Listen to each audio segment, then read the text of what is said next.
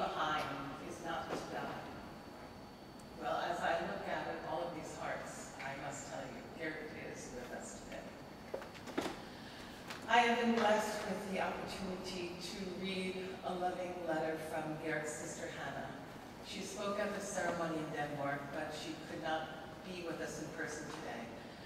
She sent something to Pam, and I was invited to read her words to all of you about her loving brother. My dearest brother Gert, I cannot understand that I will never see you again and be together with you. I loved you so very much, and I knew you for 62 years. We lived together as children for about 16 years. Then you had a life for 16 to 17 years with Lisbeth, who also loved you so much, and together you had your wonderful son, John. Where is John? I was lucky that he lived here with his mother in the same house as me, so that I could follow him from about 8 years old until he was a young man. Then you went to the USA, and a new chapter in your life began. You married Pam, and you had your wonderful daughter Morgan. And you came to Denmark more times when she was a child, and I got to know her well. You and Pam let her come on her own to the summer house, and we had a great time. I was happy to see how well you and Pam were working together with your artwork. You are both making great and positive artwork. You always tried to come to Denmark one time a year, and I know that you really like to live in the USA and your new home in New York. But in your heart, you were also Danish. As a brother to me, you were fantastic. We were very close, although you lived so many miles away from me. You were my little brother, 2 years younger than me. You always tried to do things you liked, and I admired you. You could show that you loved me in words, and you acted in many ways that demonstrated that to me, and not everyone can do that. But you could do that, Gert. Sometimes you could be angry with me because you thought that I did not use all the talent that I had, in your opinion. You wanted the best for me in life. I always loved your artwork. You can make wonderful ceramics and paintings so full of life, and with your soul in everyone, you were so talented and a great artist. We had some tours together when you were in Denmark. You rented a car and we took one-day tours from the early morning to the late evening. We both loved the nature, flowers, and the ocean. We were never sure where to go, but we just went out in the blue, as we say in Danish. Some of the tours were in the month of May, and I remember blue sky, light green leaves on the tree, and we were driving through the yellow mustard flower fields. We often ended up on the coast, visiting little harbors that we loved. Often we ended the day with dinner in a harbor restaurant. You never did that.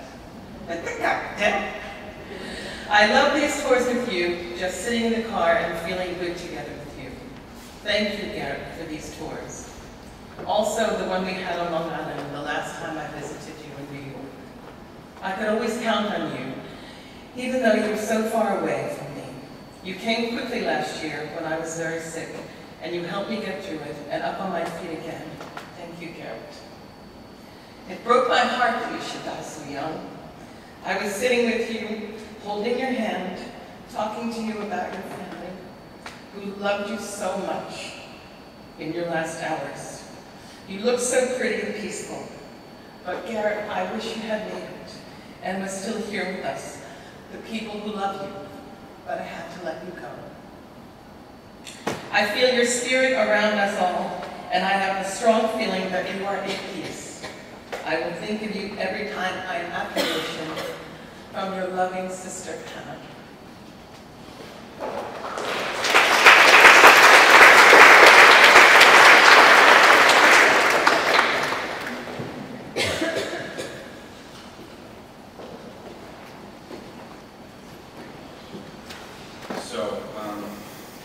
Thank you. That was beautiful.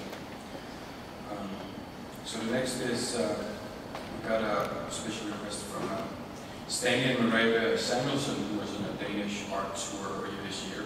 Stanley is a singer-songwriter. When he and Merete heard the news, Stanley right away offered to perform at the service in Copenhagen. Before we play this song, here is the message that Stanley and Marie sent to us. I don't know if this mail will reach some of your loved ones, Gert. My deepest thoughts are with you. I can't really understand why you left this world already. I felt like a new and wonderful friendship was coming up. Stanley and I only met you once in your studio in New York, and the meeting was very intense. So I can imagine what it must be like to know you even more.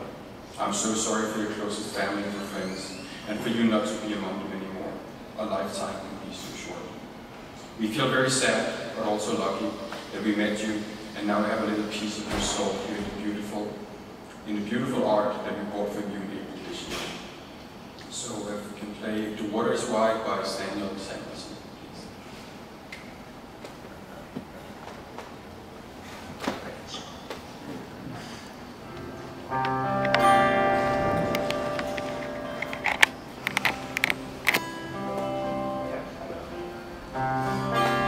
The water is wide, I can't cross over, and neither have I wings to fly. Build me a boat that can carry two, and both shall go, my love and I. There is a ship, and she sails the sea. She's loaded deep, as deep can be, but not so deep as the love I'm in. I know not how I sink or swim. Love is handsome, love is fine. The sweetest flower, when first it's new, but love grows old and waxes cold and fades away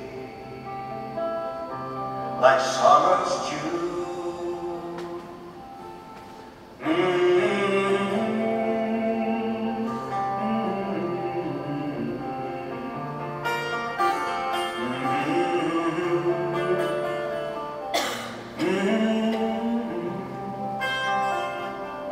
Build me a boat that can carry two, and both shall grow, my love and I.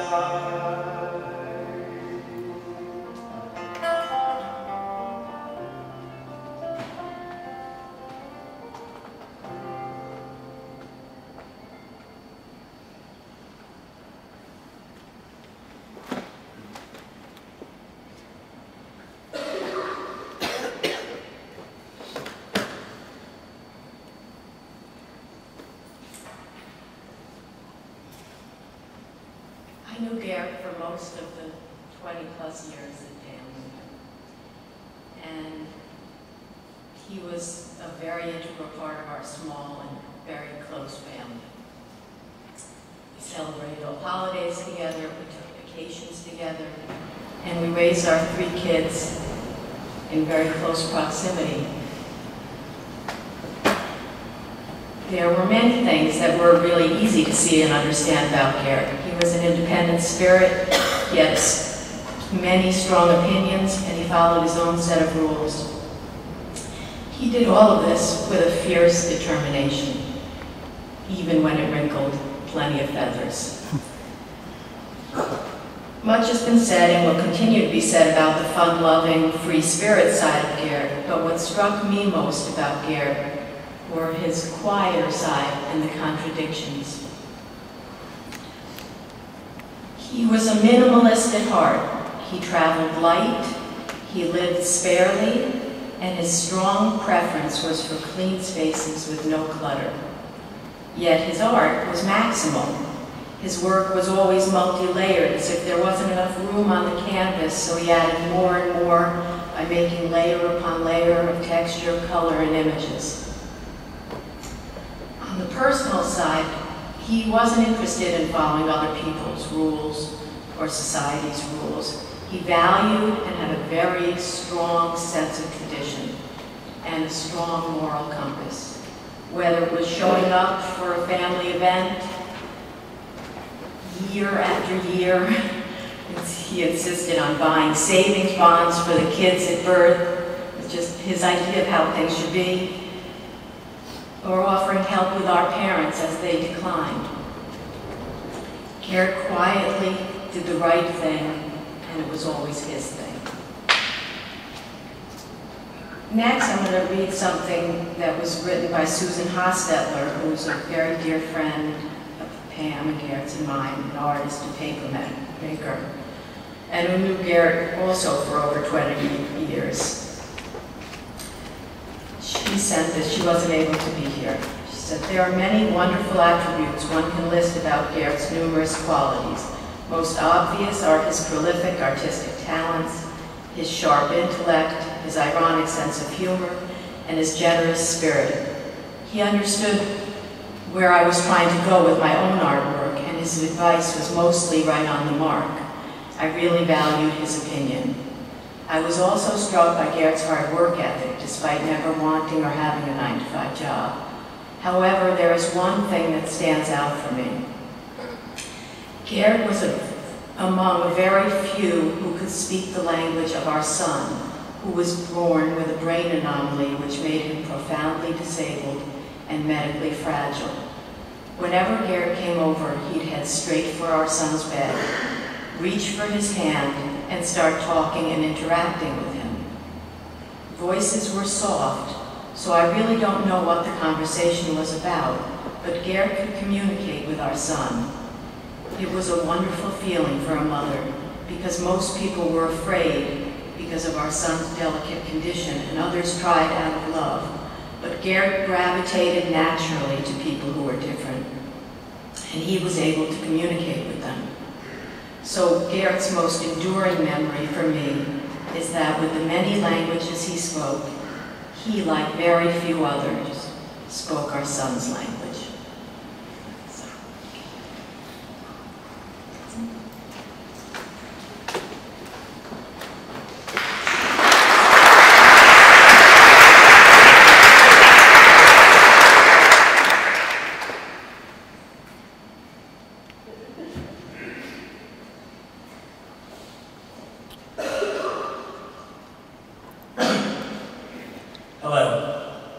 My name is Nick Sudik. I was Morgan's 10th and 12th grade English teacher, and a kind of unofficial advisor while she was in high school. I didn't know Gert as well as many other people in the room today, but I was close with Morgan, and I'd like to share what she wrote as a high school senior about her dad. I'm going to read the first paragraph of an old essay of hers that I was lucky enough to save and reread in the past week.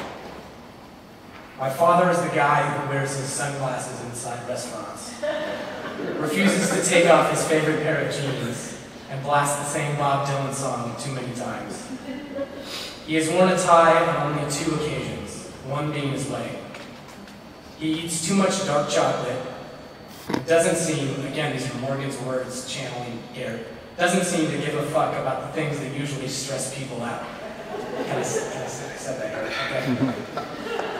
He's a man of average height with an average build, bright blue eyes, platinum straggly blonde hair, and a strong, enigmatic Danish accent.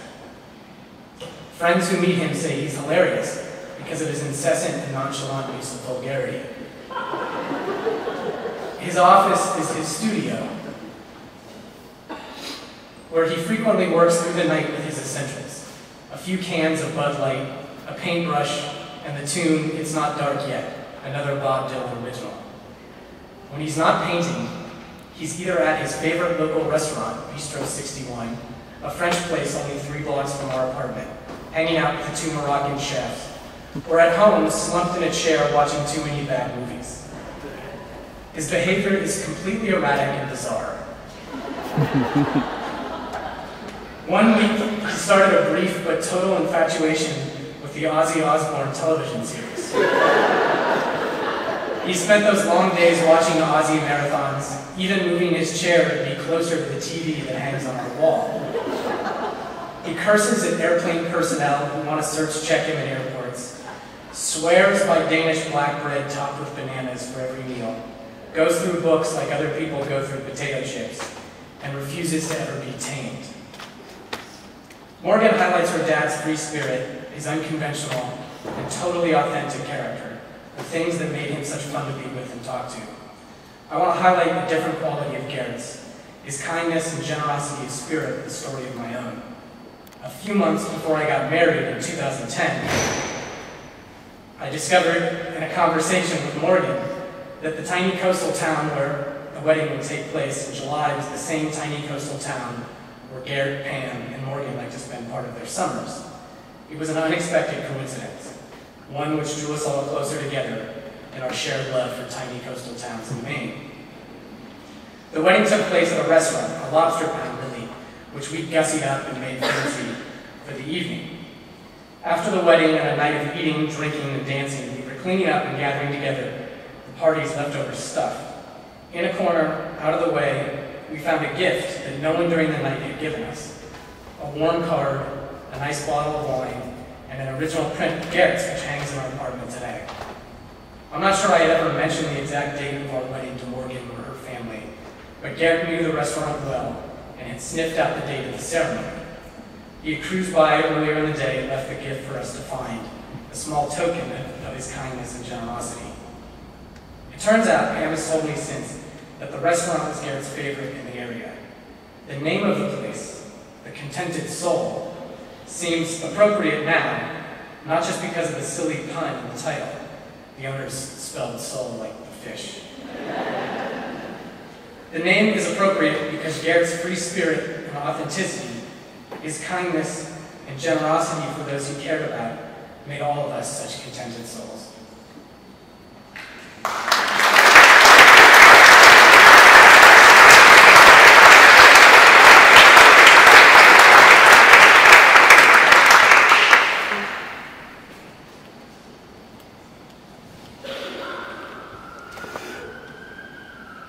Hello everyone.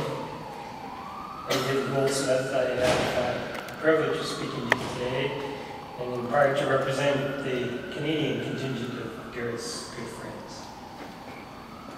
So Gert was my coolest friend, in what had to be the most unlikely of friendships. And to put it in context, you've heard the description, you all know him. I spent 30 years in the military. We met in Maine, and for the first 5 years, Gert never spoke to me. So we would arrive at the cottages in Maine in an SUV, cubically filled. It would take me an hour to unload, and I'd be set up, and then the black Jetta would arrive, and Pam would get out with a small suitcase, and Morgan would get out, and she had a little pink suitcase that you give kids so they feel involved. And Gert drove away. And I said, "Where's he going?" He said, "Oh, well, he's going fishing." Okay. And I mean, we talk about him as a minimalist, and you know, Gert was famous for forgetting things, but he showed up for a beach vacation without a swimsuit.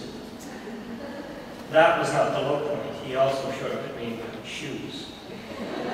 We had to go into the paint shed to find an old pair of shoes that we used to paint the cottages with. So it's something that I like to think of. So he was a very big influence in my life and in that of my family. And I would like to read some messages from my children to show the depth of that. My son Alexander is 23 now, and he's known Gert for 20 of those years. And he writes, "I would like to extend my sincerest condolences to Pam and Morgan, and to everyone who had the extraordinary opportunity to have Gert as an influence in their lives. I also wish to express my deep regret for not being able to attend the memorial today. I have many fond memories of Gert, more than a few from summers spent in Maine. Specifically, the unusually competitive bocce ball tournaments, crab fishing, and Gert's beachwear worn only by the bravest of souls. A few years ago, I had the incredible experience of spending a week in New York working in Pam and Gert's studio, putting together a portfolio that ultimately led to a continuing personal and professional interest in the visual arts. It is safe to say that without the artistic guidance and influence of Gert, as well as Pam, I would not be where I am today. I will always remember Gert as one of the most nonchalant, fun-loving people I've ever met. He had the unique ability to turn every moment into a story worth telling. Love always, Alexander. And it was the kindness of Gert, that almost thoughtless kindness, that stays with us. Ted and Jan, who own the cottages in Maine, who are in Italy, can't be here today, reminded me of when they were visiting New York last fall and Hurricane Sandy rolled through and everything shut down and Gert drove them home. So home is an 8-hour drive to Ottawa in good conditions. I don't know how long it took them. But of course, Gert arrived in Ottawa, so we had a party. So my daughter Nicola, who's now 15, has known Gert all her life, and I would like to read this. I don't think I know the words to describe how much I wanted to be with you all today, but even though I can't, I'll be thinking happy thoughts about Gert rather than sad ones, because I know he would have wanted that. Something I know that I'll be thinking about is when he taught me how to fish, and all the times we went fishing together. Fishing with Gert was always fun, and always felt like an adventure, even if we were just fishing off the dock below Shaw's in Maine. Were we actually allowed to fish there off those docks, or keep the fish we occasionally caught? Who knows? One of the few times I actually managed to catch something, Gert held the line and closely examined the fish. I was expecting a simple, nice work from him when he turned to me, but instead he said, "Oh, thank God, it's a mackerel. Some of the other fish here just taste like shit." We promptly went home and made fish sandwiches. My family and friends are still surprised by my love for fishing, but Gert's enthusiasm had me hooked from the very beginning, and I don't ever see myself stopping. Another thing I'll be thinking about is the time when I went to New York and stayed in Pam and Gert's studio. And I did not prompt any of this. She goes, "The two artistic geniuses were helping me to develop my portfolio for an art school I hope to attend. This was the only time I'd ever been with Gert in a serious environment. It was also the first time I received any tough love from him. It was an entirely different side of him that surprised me, but I quickly learned to love it just as much. I learned many valuable lessons in that studio, but one thing I will never forget was being forced to make bigger strokes. At the time, I found it very frustrating, as I was used to making smaller pieces, but I've come to realize that it was Gert's way of teaching me to think bigger. I've been told that my memory is oddly accurate and long. I sincerely hope it stays that way, because I never want to forget Gert and the times we spent together."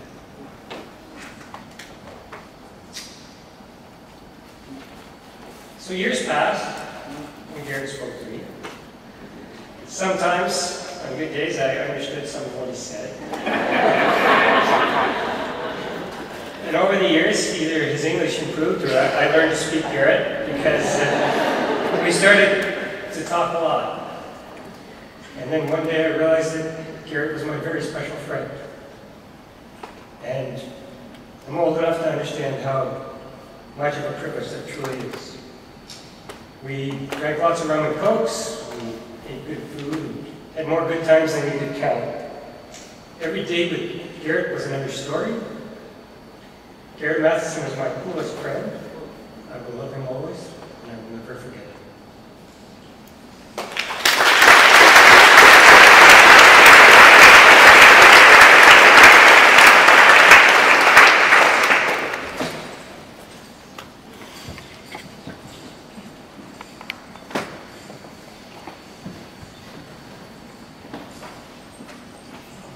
Quite a few years ago, Richie Havens and myself gave a concert to raise money for something. And in upstate New York, not far where Gert lived. And there was this extraordinarily beautiful poster. And when Richie and I got there, we said, boy, if this concert's as good as the poster, it's going to be something. So we wanted to see Gert, thank him for that amazing poster. He said, well, let me show you the ones that we didn't use. And suddenly, there was 6 or 7 incredibly beautiful posters that were like works of art in themselves. And when you could see that Richie and I were actually interested, he showed us a lot of the other things that he had with him that particular evening. And it was like going to a one-man art show just to see this extraordinary work, because he had the ability of doing what every classical composer, playwright, novelist, or painter wants to do, which is to do all the hard work at home, and when the piece was done, make it seem effortless, make it seem warm, make it actually